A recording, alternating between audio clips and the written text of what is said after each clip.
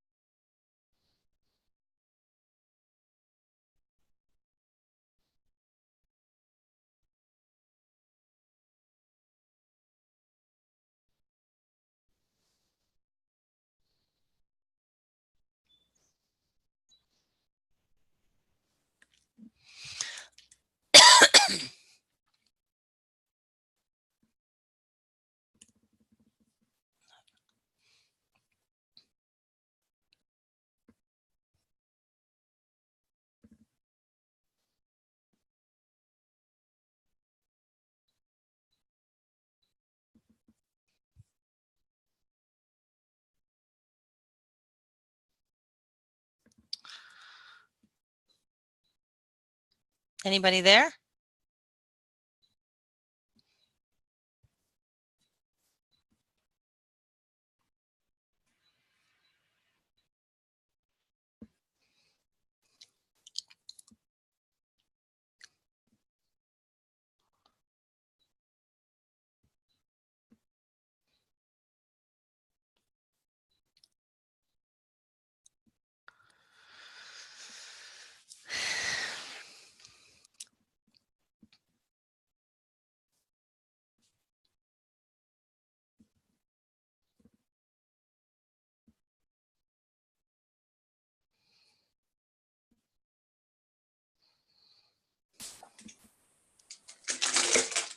Hello.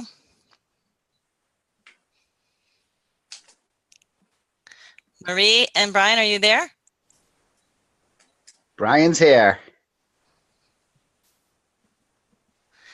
Marie?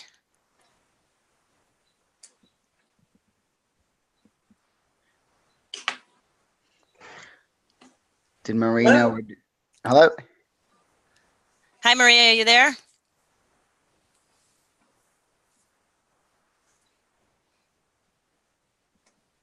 Hello.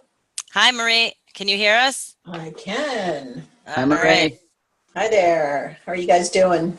Awesome. Good. Okay. So this looks totally different to me this time. The presentation of the screen, I can see all of the buttons and whistles and everything else, which I couldn't before. All right, let me stop that and let me do a different screen share. Okay. So maybe I was sharing my desktop instead of sharing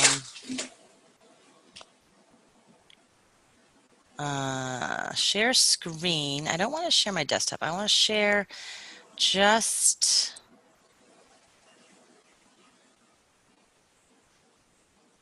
this. Okay, so you can set what you want to share, whether it's your whole desktop or it's just this. So now can you see just the slides from PowerPoint? No. You can see everything at the bottom of my screen and everything? Well, I can see your whole PowerPoint screen. So let me start from the beginning. How about now? Yes, now I can see it. Okay. So this is what we want people to see when they log on, just to be at this page. Yep. Okay. Gotcha. Okay. And everybody sounds good, and I'm not hearing a lot of feedback. Okay. Let me just just for purposes of transferring, let me, all right, so I'm requesting control. Yeah, you don't have to do the remote control. You can just do start sharing. Because what the remote control does, it gives you control of my content, and I don't have your content. Right, okay, so. I'm going to decline that. So you can just do start share, and that will take over the screen. Okay, so I don't have, oh, it's down the bottom. That's right, I forgot about that. Okay. Show, share screen. Okay, and then I will do this. Okay, that switched it right over to you.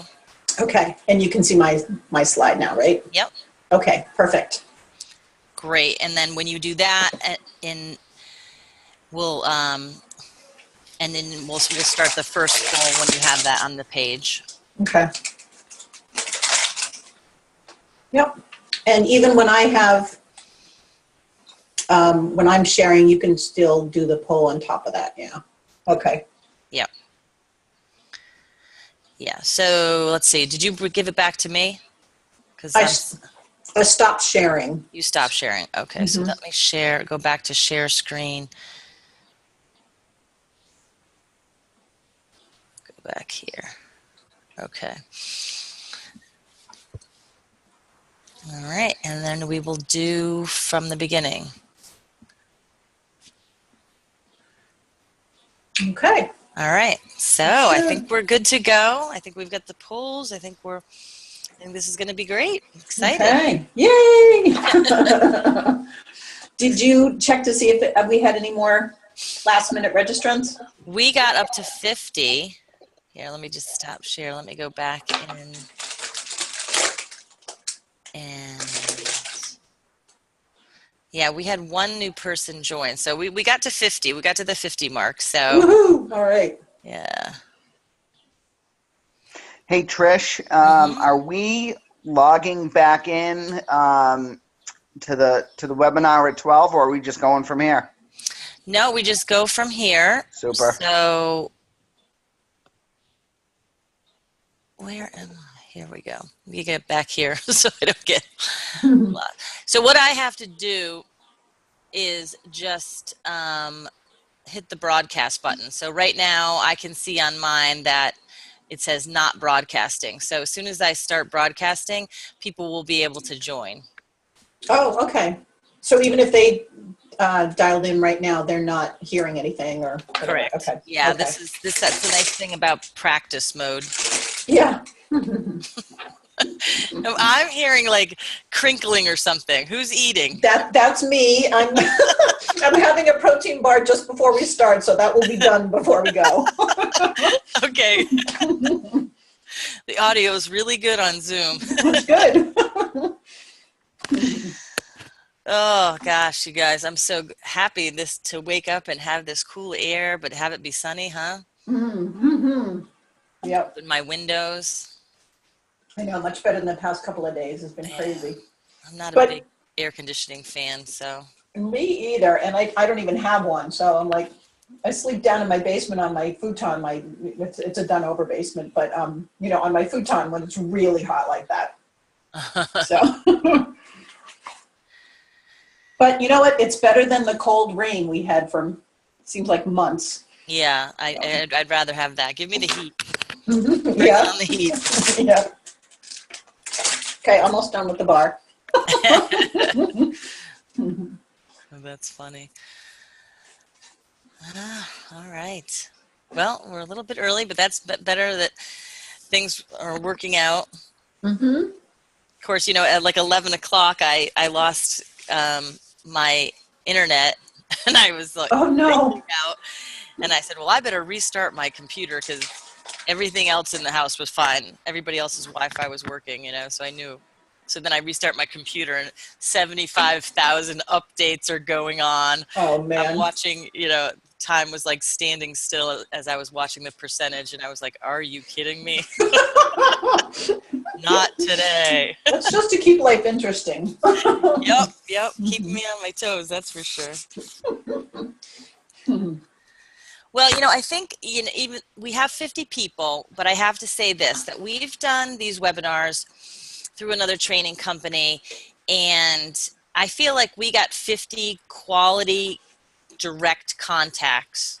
So, when we look at that, I mean, O'Brien, when we got the list before from ASPE and looked at, we didn't know half the names. We didn't know where they were coming from, and there were a whole bunch of foreign names on there.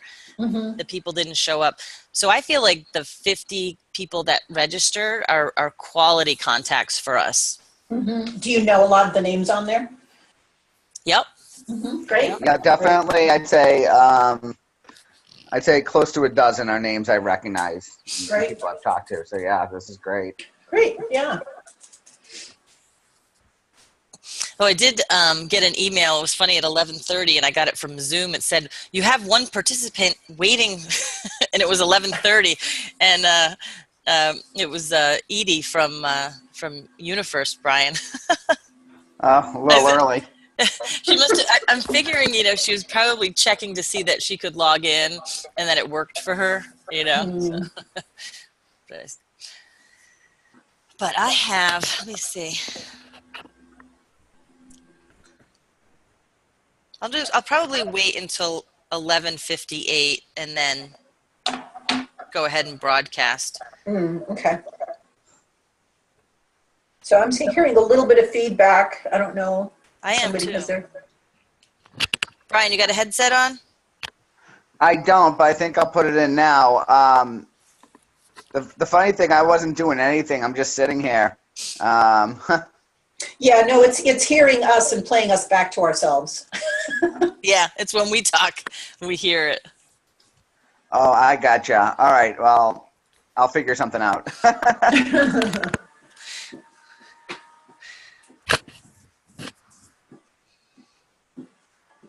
What you're also able to do is broadcast this live on Facebook, and there's another one. What else does it do? Oh, YouTube. Oh, wow. We're not going to do that. We'll record it, and if there's somebody that wants to, listen to it, I think that'll be beneficial. We did get that request, so it was helpful to me because when we had our dry run session last week, it was enabled to record automatically, so it did. And then when I was trying to do the polling questions, I said, "Oh, I'm going to just play that back and make sure I was hearing everything that Marie said." Oh, perfect. So it was helpful, actually. Oh, nice. So it gets all of the audio and video. That's great. Yeah.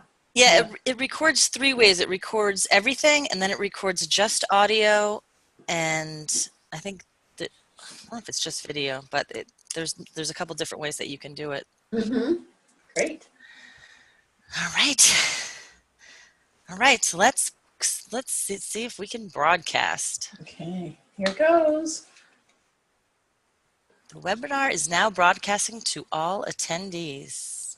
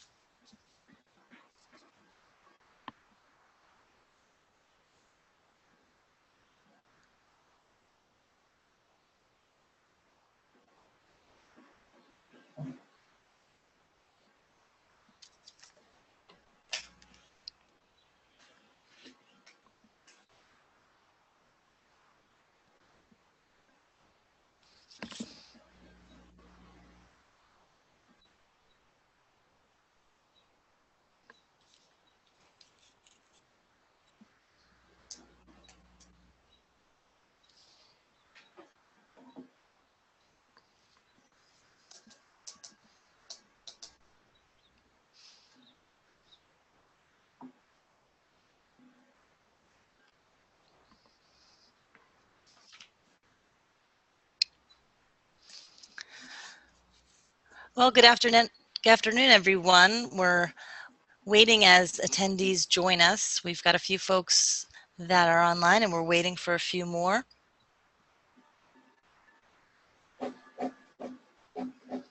So we'll get started very shortly. Just going to give everybody a few more minutes to get onto the webinar.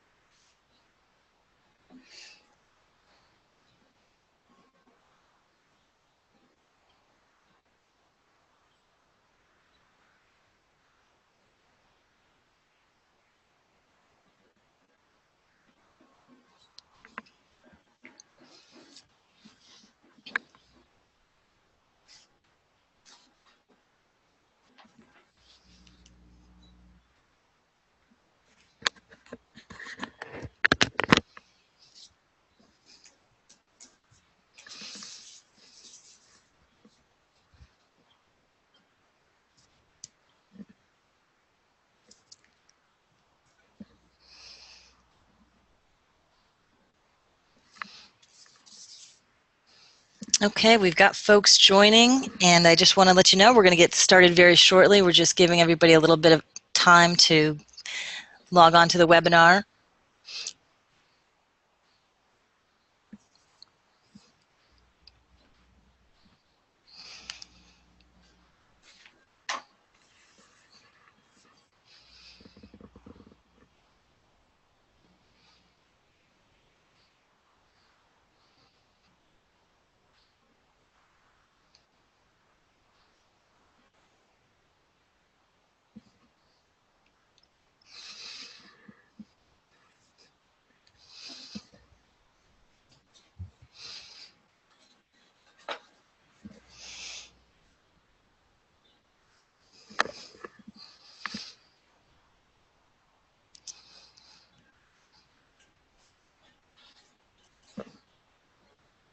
Okay, why don't we go ahead and get started? It's just a couple minutes after noon, but I know everybody's busy and we need to get going. So thank you for joining us today. My name is Tricia Champa from PMO Partners, and we are very excited about today's webinar. This is the first PMO Partner webinar in our new monthly series, so we're very excited about that. And we want it to be very interactive, and we're going to have some polls, and we're going to have questions and answers, and that will all be anonymous, so feel free to ask any questions, and your name won't be on the screen or anything, but we would like to just get your opinion and find out what you're looking for as far as more information as we move through the webinar. Today it's presented by Marie Bankuti, and we're from Tether Free Vision. She has over 35 years of professional experience, 28 of those working as an IT developer, business analyst, project manager, and PMBA manager. Her work has been in state government, financial, retail, banking, manufacturing, and nonprofit industries. She founded Tether Free Vision in 2008, and she now works with IT organizations, PMOs, and individual project managers and business analysts in a coaching, training, and consulting capacity. Her certifications include PMP, PCC, and CPCC. If you'd like more information, you can contact Marie at the phone number, and there is her website, tetherfreevision.com. And just to let the PMP attendees know that you can earn 1 PMI PDU for attending today's webinar. I did confirm that with PMI, and you can log it under the digital/online media. And if you have any questions or problems, please go ahead and contact me, and I can help you with that. So before Marie gets started, I wanted to introduce Brian Abrams, who's the founder of PMO Partners. Brian, are you on the line? I am here. Thank you very much, Tricia, and hello to everybody that's on the webinar today. I know that there's some familiar names that were on the sign-up list there, so hello to you, and of course, hello to everyone else I haven't met before. We're very excited to have you here, joining us on the webinar today. PMO Partners, for those who don't know, is a niche staffing firm. We specialize in placing IT project managers on both a contract basis and permanent basis for companies across New England. So certainly we're happy to have you here. Also want to say thank you to Marie Bankuti, who has a really great presentation for us today. For those who want to learn more about PMO Partners, you can go to our website. It's www.pmopart.com. Feel free to call me or shoot me an email as well. And I will also hop on at the end as we wrap up. And well, again, want to thank everyone for joining. And now I'll pass it off to Marie. All right. Hello, everybody. Let me just get my slides up here. There we go.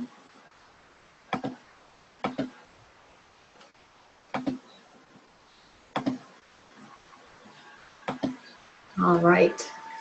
Trish, can you just confirm that you can see that okay? Yes. Yep. All right. Fantastic.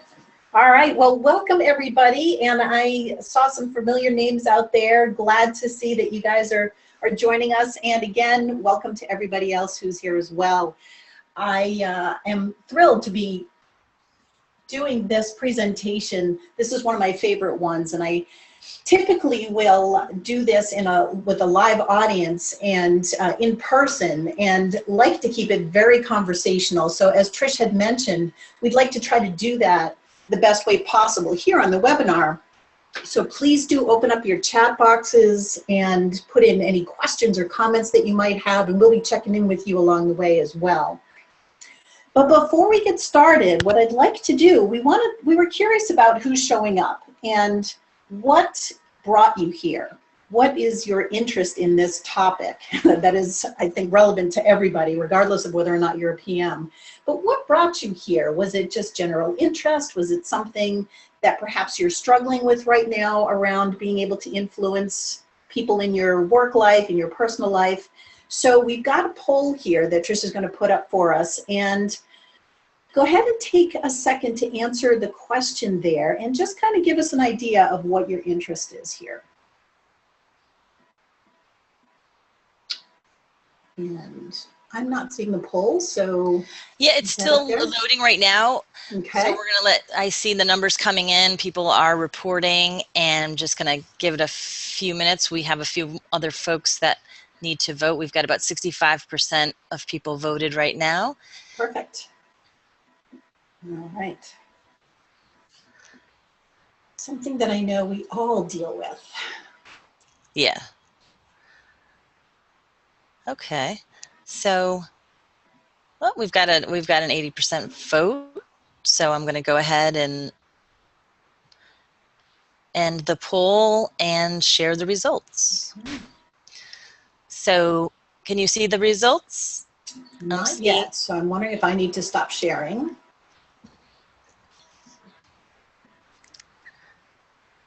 Let me do that. Ah, there we go. Yes.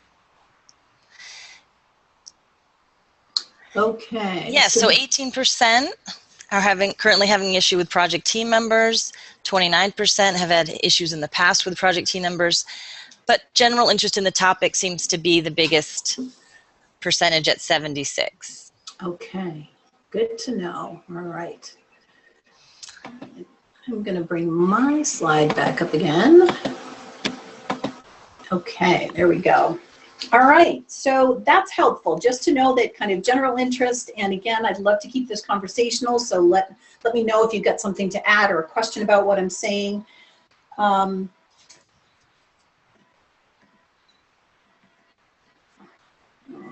Okay, there we go. All right. So many of you probably work in a matrixed environment. People that report to you for a project, or that they're not reporting directly to you. You don't do their reviews, that sort of thing. So the leverage may not be there that you'd like, perhaps, in terms of being able to influence folks, in terms of being able to get things done and have your projects be successful. Well, much of my career was like that as well. And so over the years, working as a business analyst, working as a PM, and even in management, and then as I was working with my clients now for the past 7 years as a coach, I work a lot with PMs and BAs. And actually, I'm hearing some feedback in the background, so I'm wondering if we could mute people. That'd be great. Sure. Yep.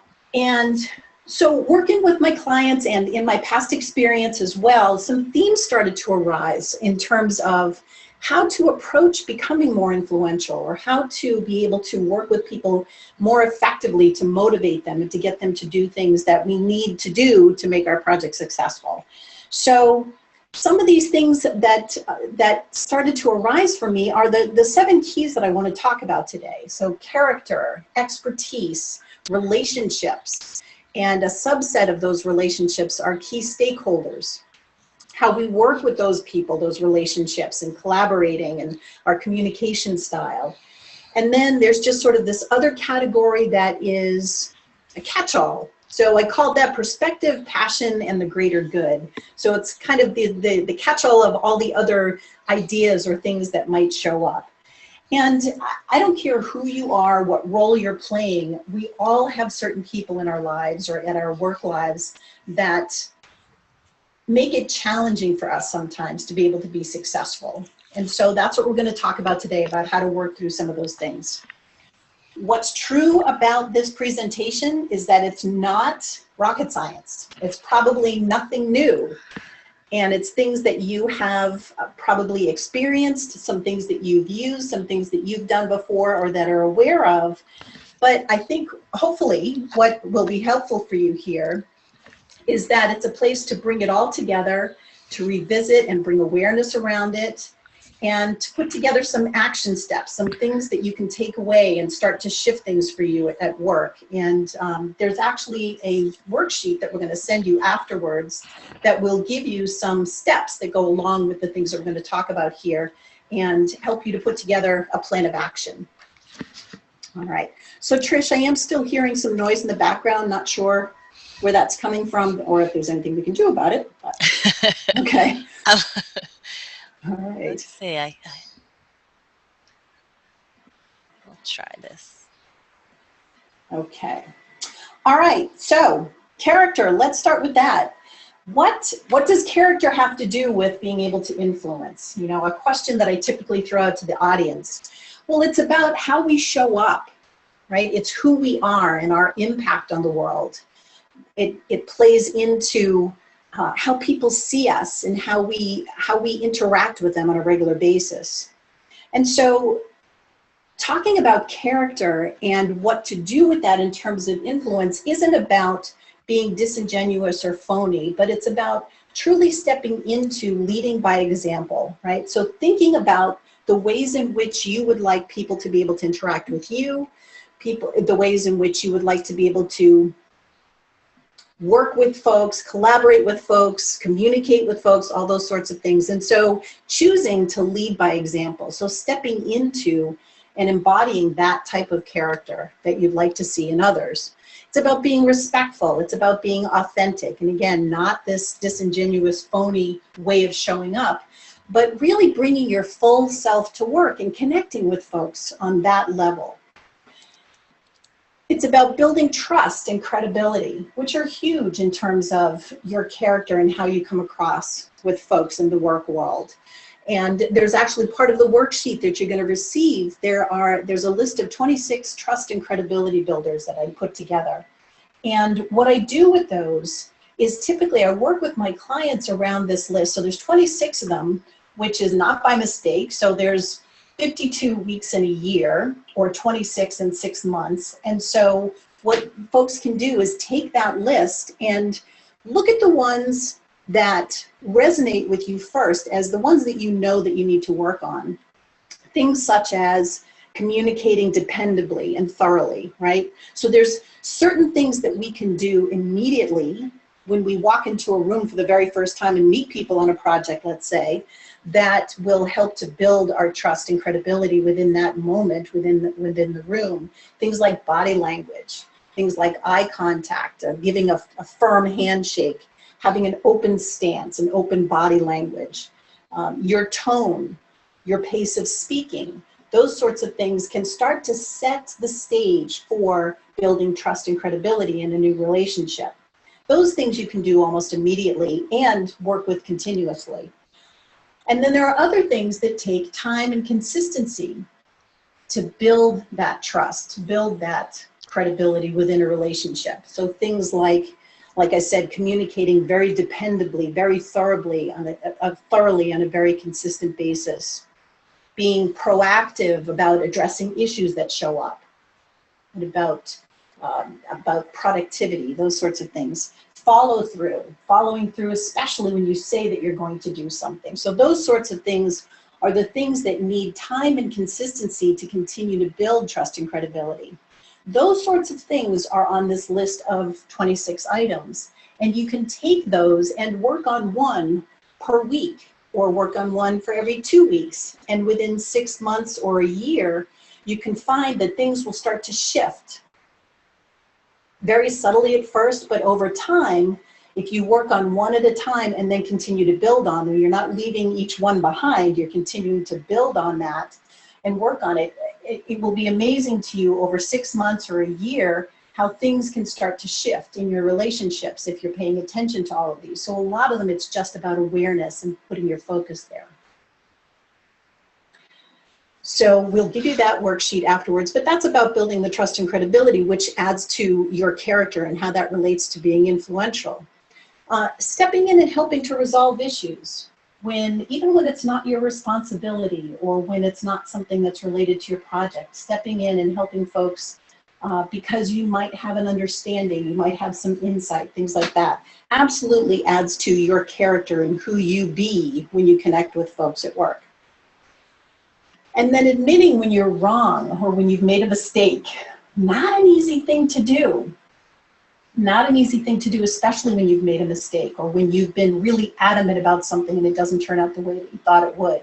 So being able to take a step back and say, you know what, this isn't quite right, and I made the wrong choice here or something, or letting somebody know that you don't have the answer. Those things are difficult to swallow sometimes, and yet they speak volumes in terms of who you are, what your character is.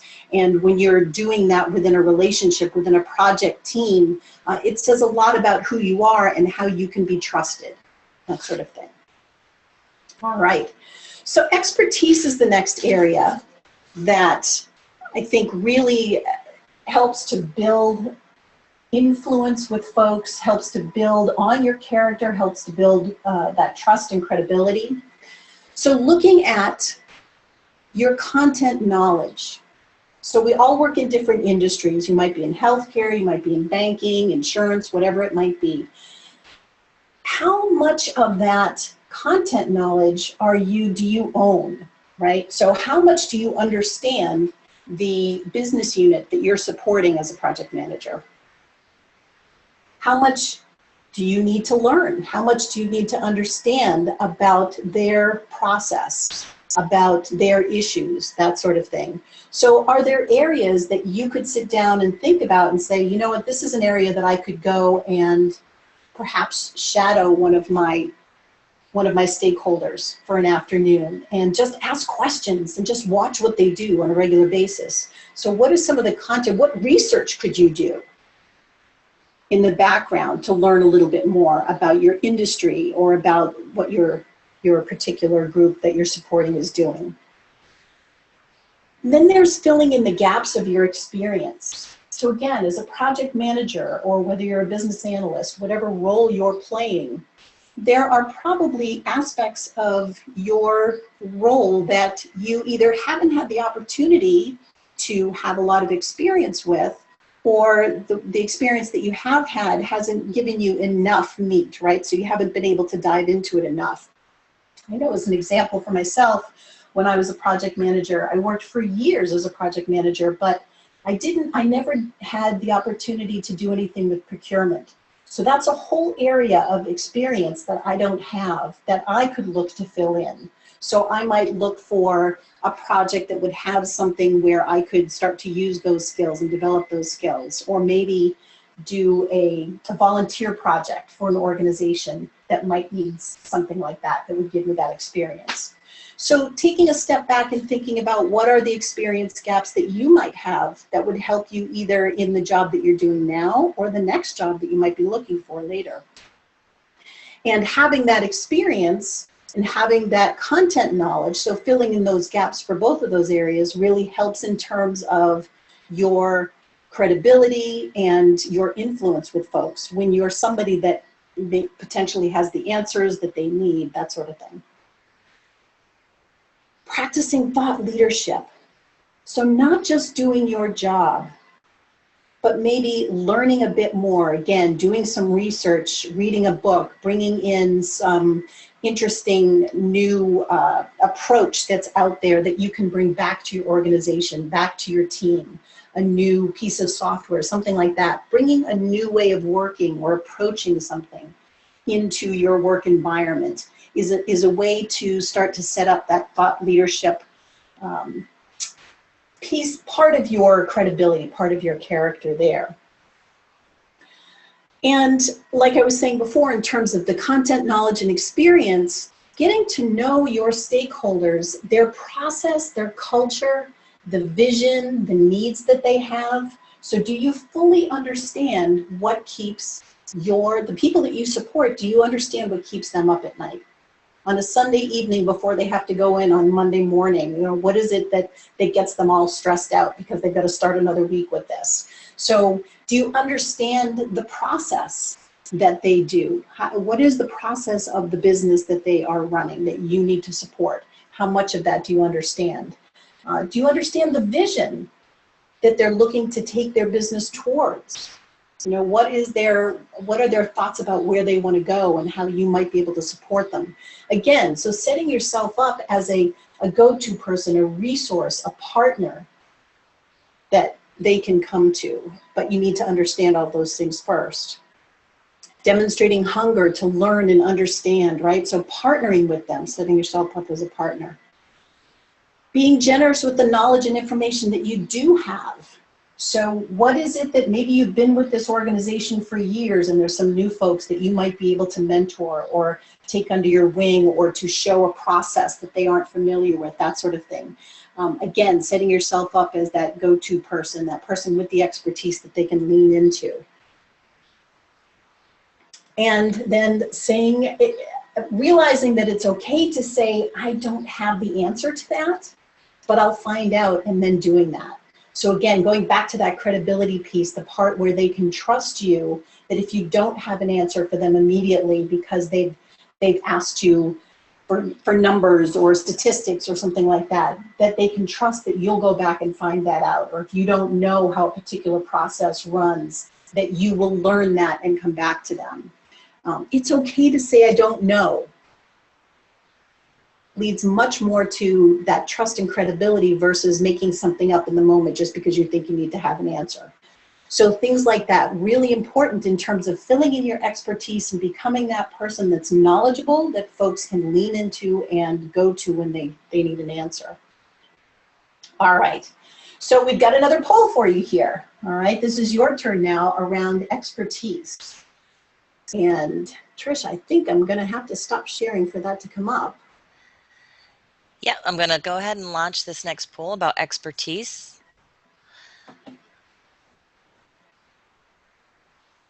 What is one area that you know that you need to work on? Business needs, content knowledge, experience gap, business process, or corporate culture?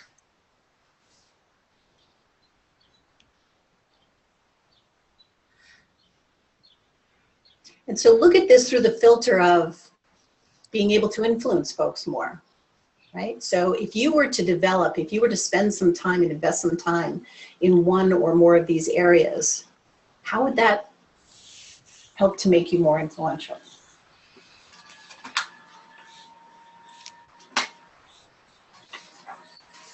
Yep, we've got votes coming in. Just going to give it another few seconds. And then we'll go ahead and share that.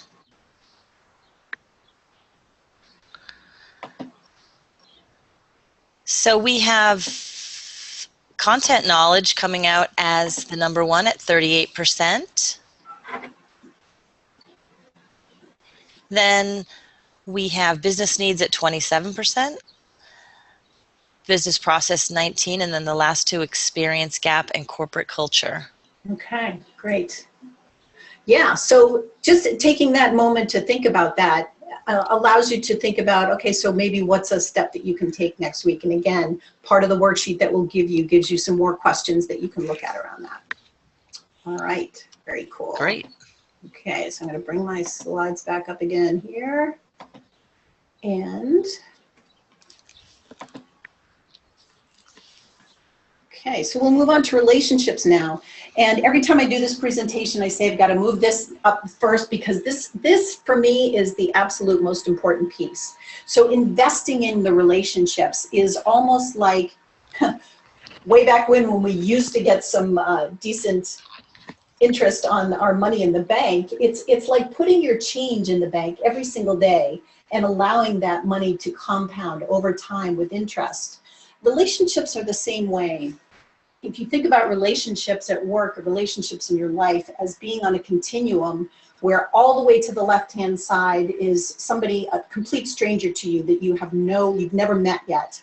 And all the way to the right side is somebody perhaps that's an intimate partner, right? And all the relationships in our lives fall somewhere along that continuum.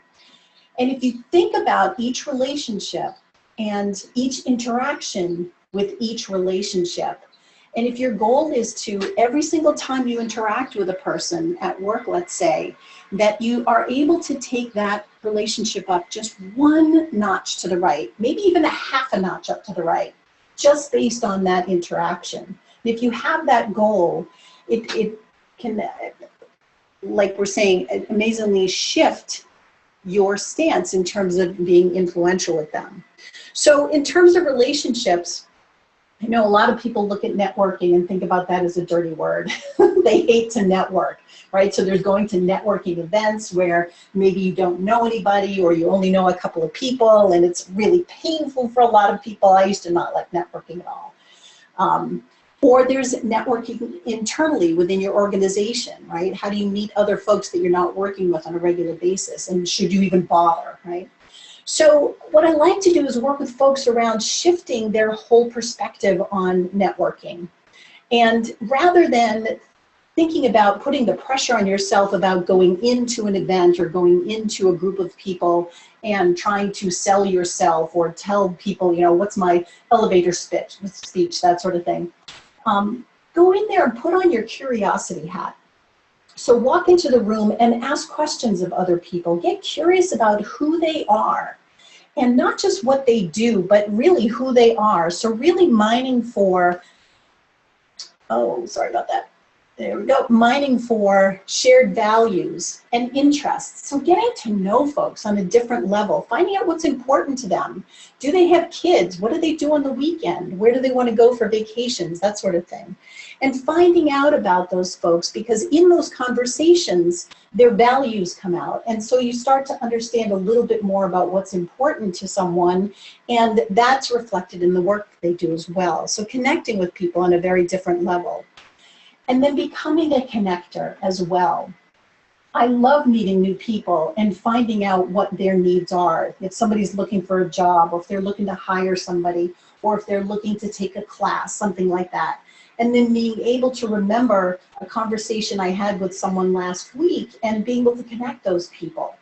You know, connecting them and letting one meet the needs of the other, that sort of thing. So being a connector is a great way to become influential. Again, being that go-to person, the person that people lean on and go to when they need something, or when they need to find an answer to something. Building community. I have this great story, the idea guy. There's a friend of mine who used to be the CIO at Brinker International years ago, and he told me the story about having arrived at work early one morning, and he was riding in the elevator with a young 20-something that worked in the company. He knew of this kid, but he didn't know really who he was. But this individual was almost bubbling over. He was very happy about something. They didn't speak in the elevator, but later on, my friend asked this person's manager what was going on with this person. And the manager didn't know, but came back later and told him that he had found out about this group that this individual had started in the company. And it was a group of peers. Now, no management came to this, but once a month, I believe, they met. And it was like a sandbox. It was a place for folks to come together and talk about ideas that they had about the organization, or about the role that they played, or about their department. And this was a safe place for them to come and share ideas, brainstorm a little bit, and see what they could come up with and, you know, innovate. And so my friend, the CIO, was very excited about this, and he wanted to be able to support them, but he knew that if he started showing up to the meeting, or if management started showing up, it would change the dynamic drastically. So he let the manager let them know that he was very much in support of what they were doing, and he started sending, I don't know, breakfast bagels or pizza or something to their meetings. And this ended up becoming something that took off in the organization. And he called this guy the idea guy, and they were the idea posse. And what ended up happening was a lot of great ideas came out of this group that were actually implemented in the organization. And this individual started getting invited to some higher level discussions, higher level strategy discussions within the organization. And so I tell you this story, I share this story because this was not his intention. This was just a place for him to be able to bounce ideas off of other people.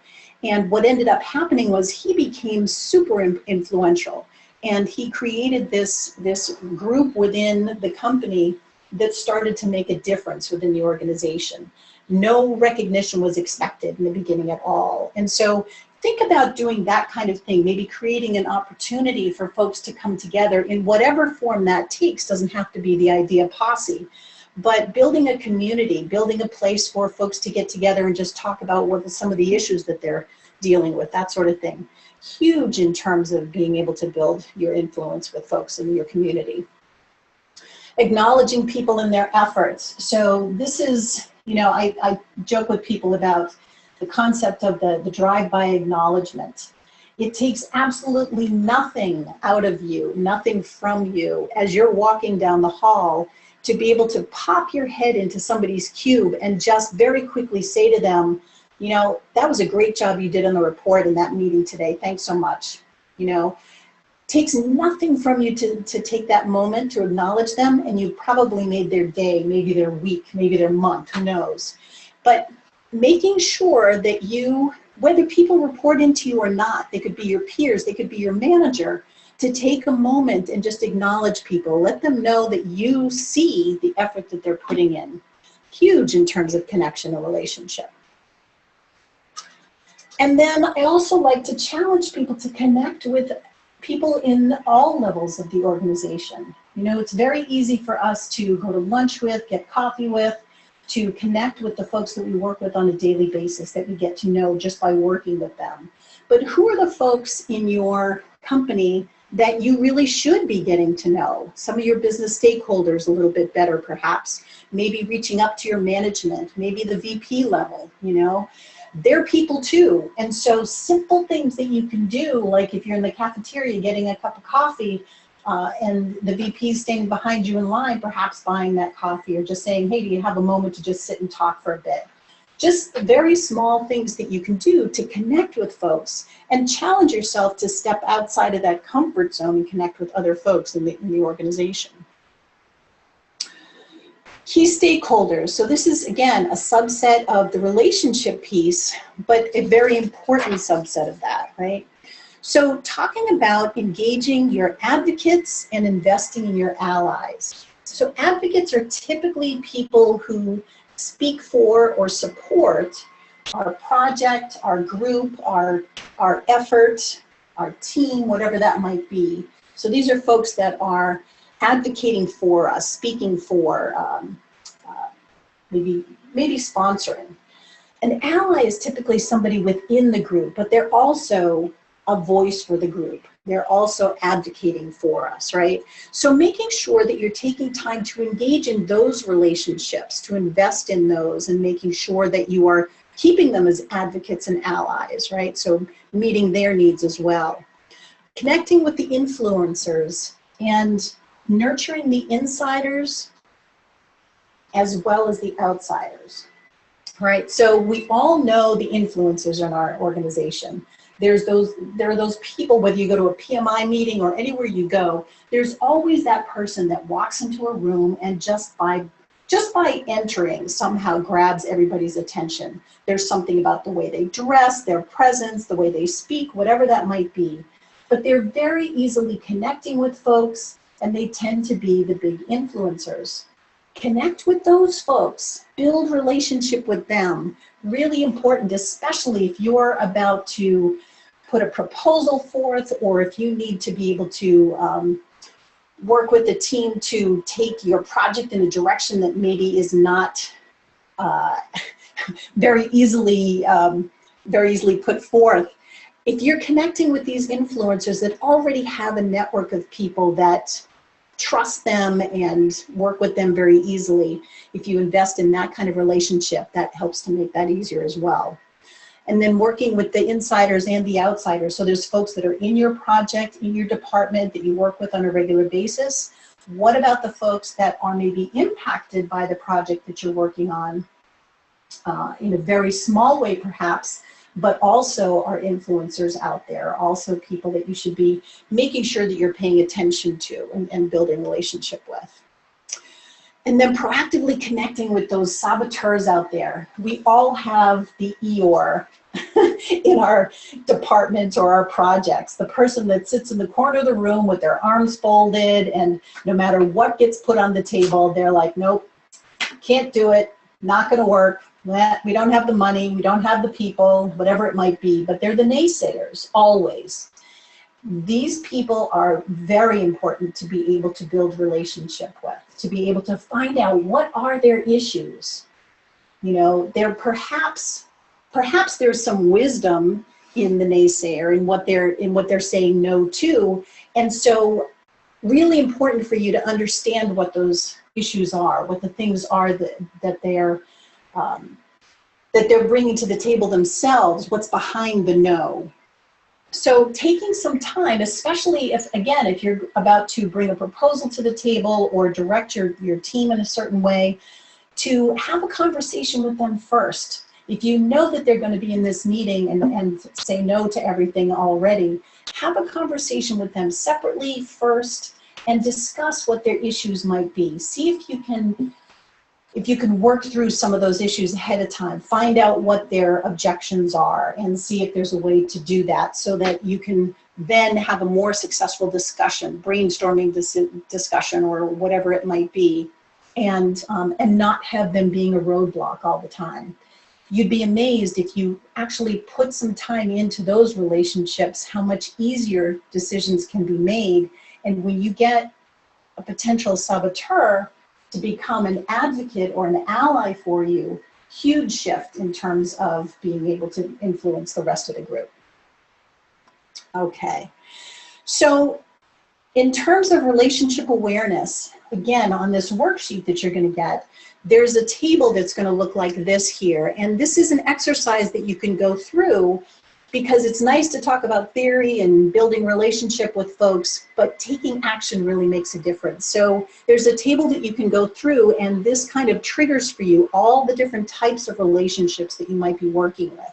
And what you want to do is get really specific with these. Who are your peers? Name them, make a list of them. Who are your mentors? Who are your clients? Name all of those. And then rate each of those relationships, from very negative, -2, all the way to super strong. The people that will go to bat for you, they'll risk for you, they trust you totally, all the way up to +2.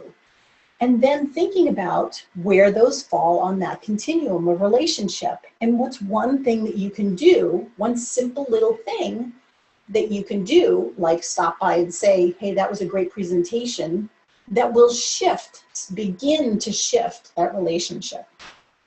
Okay, so that's an exercise you can do on your own, but in the meantime, we're going to put another poll up there and ask you about the relationships and key stakeholders in your world that you might be able to connect with. So Trish is going to put up another one for us. Sure. Sure. Okay. We've got the relationship key stakeholder pull up. So in your current network, who do you feel you need to invest time in the relationship? A peer, a manager, client, direct reports, mentors, or stakeholders? Votes coming in, and it's a lot coming in as stakeholders. Uh-huh. Interesting. So we're going to give it a few more minutes to get a few more votes in.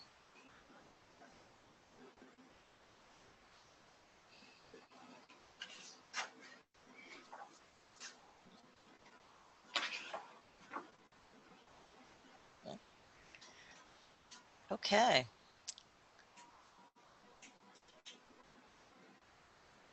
So Yeah. here are the poll results, and 62% saying stakeholders. So that's a Okay. big number to build on. Yeah. So what an opportunity there, right, folks, to actually tap into all of the categories we've been talking about so far, you know, upping your expertise, your experience, and then looking at those relationships and how can you actually start to focus on those relationships a little bit more. You can probably combine some of those efforts. I noticed managers came in second as well, which is interesting. So how do you invest in your relationship with your manager? I mean, that's one of the most influential relationships that you have at work, right? So that's an important one to pay attention to. All right, great. Okay. Okay, so I'm going to bring my slides back up again here.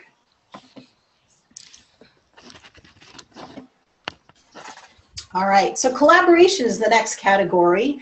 So really collaborating, working with folks, finding a way to step in, to help others. Again, even when it's not necessarily part of what your role is, part of what your job description is on that particular project, but finding ways that you can help others maybe that are less experienced than you, or are maybe working on a project that you have some experience with in the past, so you can perhaps give them a little bit of insight or a little bit of context around that. Looking at how to create win-win solutions. And I know this is such a cliche term, right? But really, truly, how do you find a way that, so that you're not the Eeyore in the room, right? But that you're able to find a way that perhaps there's a little bit of a compromise for everybody. Or how can you help somebody else out so that they look successful and perhaps next time they can help you out, whatever that might be. But looking for that way to create the solutions that are going to help move things forward, you know. Looking at your impact, the way that you interact on projects with folks. Are you somebody that looks forward for solutions? Are you somebody that kind of gets stuck and says, nope, can't do that. We're not going to be able to do that. Not enough time. Well, how do you twist it? How do you tweak it? How do you turn it into something that might be possible, even if it's not 100% of where folks want it to be? Presenting alternatives. And I always say to folks, don't ever, ever, ever, ever, ever show up to your management or to your business stakeholder with a problem, with an issue that has arisen on your project without having thought through and being able to present at least one, if not two or three or more, alternatives to the solution, possible ways of resolving that, right? So are you that alternative presenting person, or are you the person that just brings the issues to the table and dumps them? You know, not a good way to collaborate, not a good way to build trust, credibility, or influence. And then compromising, right? So looking at, again, the win-win solutions. How do you make everybody be able to get a little bit of something out of this? Our stakeholders often have competing goals, competing objectives that they're trying to get out of a project. So how do you work with folks to get a little bit of something for everybody? And there's this yes and versus no but concept. And what I want you to do for the next couple of days, which is really an interesting experiment, is to start to notice every time you or someone else uses the word but. When you think about how we use the word but in the English language, everything that you say before the word but gets completely negated. So if you're in a brainstorming session, or if you are trying to, I don't know, you're in a meeting and you're trying to resolve an issue, and somebody comes up with an idea, and you say, you know what, that's a great idea, but how about we look at it this way? Everything that that person said, you said it was a great idea, and then you said but. So you negated that completely. And really what you're saying is, yeah, whatever you said, but my idea is better. So what I want you to practice with, experiment with, is substituting the word but with the word and. 99% of the time, that's appropriate, and actually even more appropriate. So what that does, and is inclusive. It says, that's a great idea, and how about we talk about it or look at it this way, from this angle, right? So it includes what the person said without saying, yeah, but I'm throwing it away, and let's look at it this way. Start to practice that. It's amazing. Once you start to notice and capture it, you'll see how it works better. It opens up conversations, especially problem-solving conversations, brainstorming conversations, and it allows folks to be inclusive versus exclusive. It shuts people down when you use the word but. Okay, so there's that. And then in terms of compromise, yes, be prepared. Yes, be working towards the solution that you want to present or the issue that you need to bring to light and how to resolve it. Do your best, present your case, educate yourself, but realize you're not going to win every single battle, every single decision. And so don't hold on to grudges. Don't hold on to, hey, we really should have done it my way kind of thing. No, I told you so's. Do the best you can and then let go. Huge in terms of relationship and being able to collaborate a little bit better. Okay, communication style. Listening more than speaking, that old cliche about having 2 ears and 1 mouth, right? One of the biggest tools that you have as a professional is to listen more versus talking. And I talk with folks a lot and work with folks a lot around the 3 levels of listening. So very quickly, the 3 levels of listening are this. Level 1 is that chatter that we hear in our head all the time. Boy, I'm hungry. What time is this webinar over? I have to get back to my work. What time can I get out of work? I have to pick up my daughter at daycare. That's the internal chatter. That's level 1 listening. We're paying attention to our own thoughts. Level 2 listening is when you are intently listening to the person in front of you who is speaking to you and communicating to you. So a great example of that is if you have seen a young couple in love sitting at a restaurant. There might be hundreds of people in the restaurant, very noisy, lots of stuff going on, but they're not aware of anybody else but each other. Their eyes are locked, they are, hanging on each other's breaths, that sort of thing. That is an extreme example of level 2 listening. And I'm not suggesting that you do that with your colleagues by any means, but it's an example of a level 2 connection where you are focused 100% on what the other person is saying and what they're communicating to you with words and without words. Level 3 listening is interesting because that incorporates level 1, level 2, and it also brings in things like intuition, like what's happening in the room, right? So the mood, the tension, whatever might be happening. So a great example of level 3 is we've all had the experience of maybe walking into a room after 2 people have had an argument. As soon as you walk into the room, they've stopped talking, so you don't know what the argument was about. You're not even sure what happened, but you know that something happened. There's something in the air, and you can probably cut the tension with a knife. That's an example of sensing, feeling the level 3. And so as a speaker, as a presenter, as a leader, it's important to be aware of the level 3 because it's your job to respond to that. So noticing when people are confused when you're doing a presentation, or noticing when somebody's disagreeing with you but not really saying it. So what does their body language say? What does their scowl say? That sort of thing. So being aware of level 1, level 2, and level 3 makes you highly successful in terms of communication, listening, and speaking as well. So paying attention to the level 3, really important for communication. Taking a genuine interest. like I was saying before, in terms of that communication. So that focus, level 2 communication, asking to learn, being curious, wearing that curiosity hat, rephrasing for understanding, making sure that you're not making any assumptions about what's being communicated to you. You know, repeating some of it back, asking clarifying questions, that sort of thing, taking a real interest, not continuing to do your emails when somebody stops by and asks you a question, kind of thing.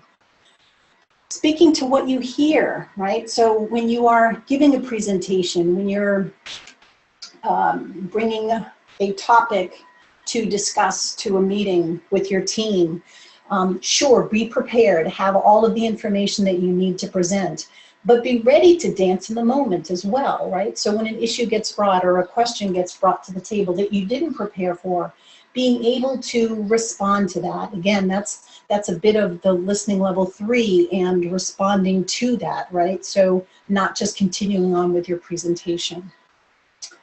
Acknowledging others' views, like I said, doing, you know, taking 2 seconds to just let somebody know that you know that they worked really hard on that. People just want to know that they're being recognized, that somebody cares that they're there and that they've contributed.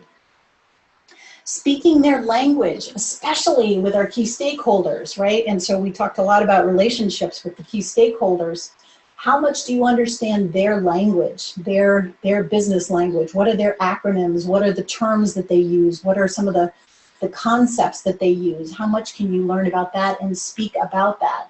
If you want to become more influential, if you want to become more credible with them, learn their language. And then be careful with your own, because especially folks in IT, project managers, a lot of acronyms, a lot of terms that we use that we're very familiar with, but maybe they're not as familiar with. So taking some time to perhaps break that down, share it with them, educate them a little bit. So making sure that you're speaking their language. And then leveraging humor, so important. We spend so many hours with folks at work.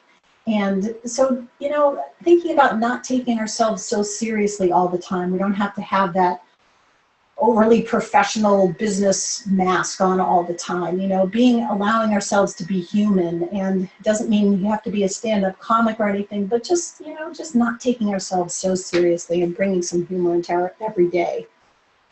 All right, so we've got one more poll for you at the moment anyway, and this is about communication style and collaboration. So yes, going to launch that right now, Marie. okay. What is one aspect of your communication style that you need to work on? Presentation skills, listening skills, that level 3 awareness, writing skills, or the yes and versus no but? Give a few seconds to come in. And just as a time check, Marie, it's 12:53, so Okay. I think we've got a slide or two and then maybe some Q&A. Yep. So I'll run through the last one pretty quickly. Okay, we're just going to give a few more seconds for some more votes to come in, and then we'll share that.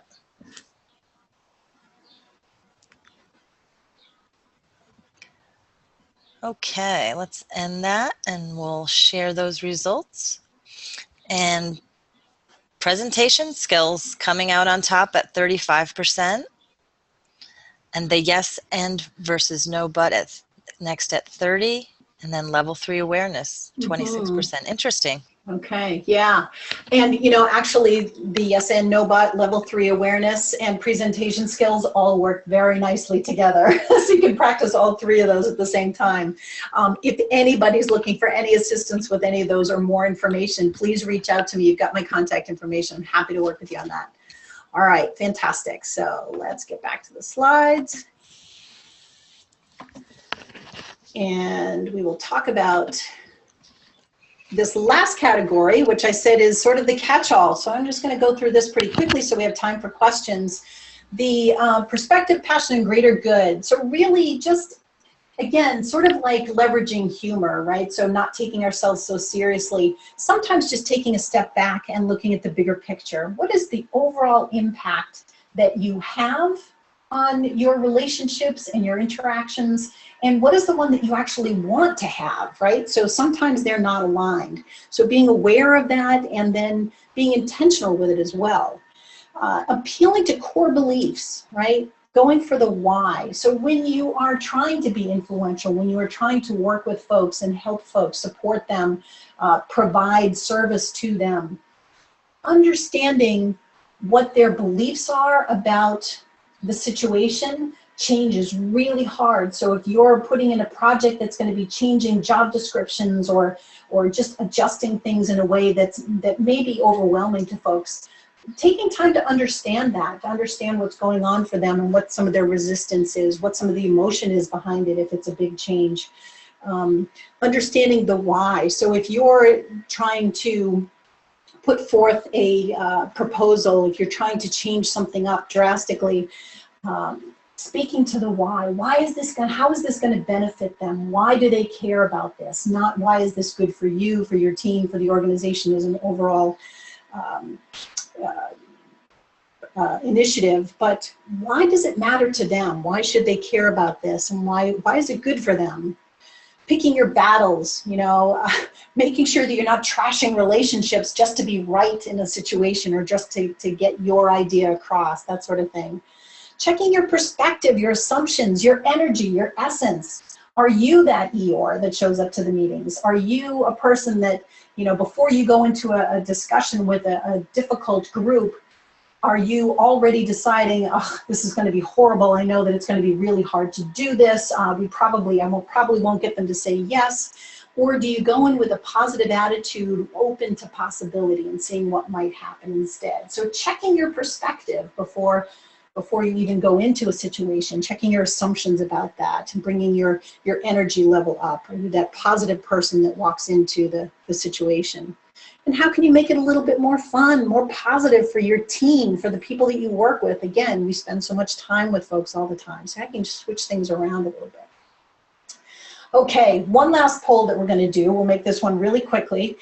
And this is about sort of thinking about the whole presentation today.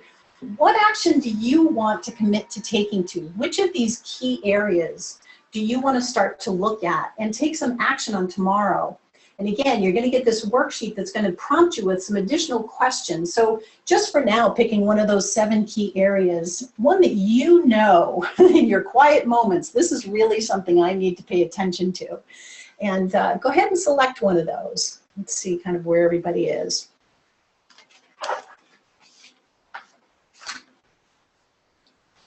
Yep, and if you've already voted and you have any questions that you have, you can go ahead in the Q&A box, and if you want to type those in, we can quickly try to answer any questions that you might have before wrapping up here. So I'm going to end this, and let's share the results of this poll. Relationships, 39%. Very cool. Yeah. All right. Yeah. Makes Followed a by lot of communication. sense. Yeah. It does. It does. Yeah. And there's so much that can be done there. There really is. When we put our awareness there, the things that we can shift. All right. Fantastic. Okay. Thanks. Yeah. Thanks for participating, everybody. So what questions or comments do you have? What would you add to what I've got here? I know we only got a couple of minutes left. Yeah. If anybody has any questions, you could type them in. If not, I don't see any questions coming in, so okay, so everybody must be all set if you want. Yeah. Go ahead. I'll go to that last slide for you. There we go. All right. Well, let me just say thank you for everybody who has come here today. I appreciate your participation. Hopefully this was helpful to you, and please feel free to reach out if you've got any other follow-up questions or want some support in working on something. And Trish, I'm going to turn it back over to you. Yes, and I will be sending out the worksheet that Marie talked about so everybody can take a look at that. Should have that out this afternoon. And as we wrap up here, Brian, do you want to just end the last slide? Absolutely. Thank you, Trish. And again, thank you, Marie. That was really great. I got a lot out of it. I hope everyone else did as well. And I also thank everyone for participating. So next month, we have another webinar on July 13th at 12 o'clock with Eric Bloom, another speaker that's well known in the industry, and he speaks on a lot of topics around technology and project management. 7 technical trends project managers should know about today will be the topic. I'll certainly be sending out more information on that in the upcoming weeks. If anyone has any questions for me or is interested in learning more about project management, please get in touch at brian@pmopart.com or go to my website. It's pmopart.com. Thank you. Okay, thanks, Brian. We just got a quick question before, if anybody's still here, that we'll be sharing this presentation, and if someone was missed today, this has been recorded, so we can certainly get the link to whoever would like to listen to it.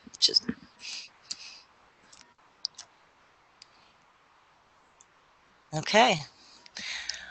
Great. Well, thanks, everyone. Appreciate it. I know it's a little after 1. But if you do have any other questions outside of this, feel free to email us. Thanks, everybody. Okay, take care. Bye-bye. Thank you.